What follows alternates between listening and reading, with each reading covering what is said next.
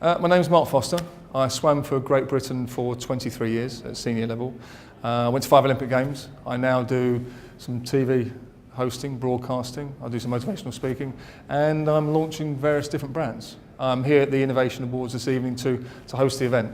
And for me, it's about, I love going to events and I love going to awards, especially when it's one of these things with a swimmer, with an athlete, you see what happens on the field of play on that given day on the television, but you don't see what goes on to making it happen. So I think all of these companies this evening, there's a lot of things that have gone on behind the scene to actually bring them to this point and get nominated and win these awards.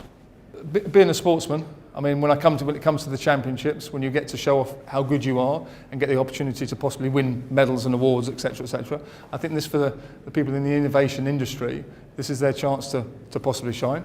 Some of them will win this evening. Lots of them have been nominated for these awards. So I think it's one of those, it's sort of recognition in a sense that all the hard work and everything else that goes into the day job, as it were, is being recognised. And also I know a lot of them will feel that they've been successful because they'll know it because it comes on the bottom line. But I think to come here, receive an award and get a round of applause from your peers and other people within your industry is in inverted commas, it's their Olympic Games. In the sport of swimming, technology has played a huge part. I mean, swimming races are won and lost by 1/100th of a second, which is, if you watch the 200-metre butterfly final, where Michael Phelps had not lost for 11 years, lost to Chad Lacrosse by 1/100th of a second, that could have been down to technology. As much as a swimmer trains and practices, that 1/100th could have been the fact that Chad Lacrosse had a better hat, better goggles, better suit. Or the technology that went behind making his stroke more efficient, the technology that went behind his underwater kick, the way he pushes off the wall. I mean, the way that we monitor how much strength you've got in your legs.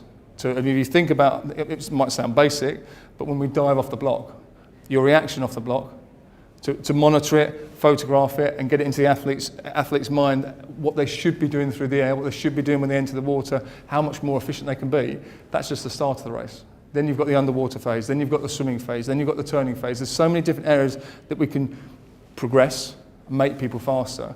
And I think you see that when it comes to the Olympic Games, sometimes it comes down to tiny fractions of seconds. When I first started, it was a pair of swimming trunks. Then the technology of the swimsuit took over. That made huge leaps and bounds and huge improvements. And then after that, it came down, I mean, literally, we'll go in swimming flumes, which are 5 metre long with glass size. It's glass all around, and they have video cameras everywhere. And basically, they film you. So you dive in and you swim at full pelt, and they can see where your areas where you're losing water. So you can see where you're catching water underneath the water. So these are the sort of things that you can't see as a coach. When a coach stands on poolside standing over you, they can't see these things. So that became a huge part of what we do. We had little black markers all over us to see where your leg kick was, and sports science has become so much part of what I do. And that's just down to what we do in the water. And then there's sports science outside the water, and that's to do with your nutrition, with the things you eat. There's so many parts of what go into making a sportsman, an elite sportsman, and the best people in the world do things right. They make sure everything's everything's right. No, this evening I'm looking forward to everything. I think in a sense I love seeing people succeed. I mentioned before that you don't see what goes into the day-to-day running of these businesses. I don't know these businesses. I know nothing about the people, but I know that a lot of hard work and effort's gone into making whatever they've achieved this evening happen. So I think it's seeing smiley faces, successful people, and I think I've always been blown away with whether it be through sport, through art, through singing, through business.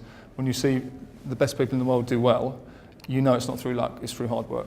And it's through a team. It's a team that's got them there in the first place. So we'll probably see one person on stage this evening, but there's a team of people that's gone into making it happen, which is the same with me within sport. I had a team of people behind me. I was the one that shone and got the gratitude and the medals, but there was a team of people that made that happen.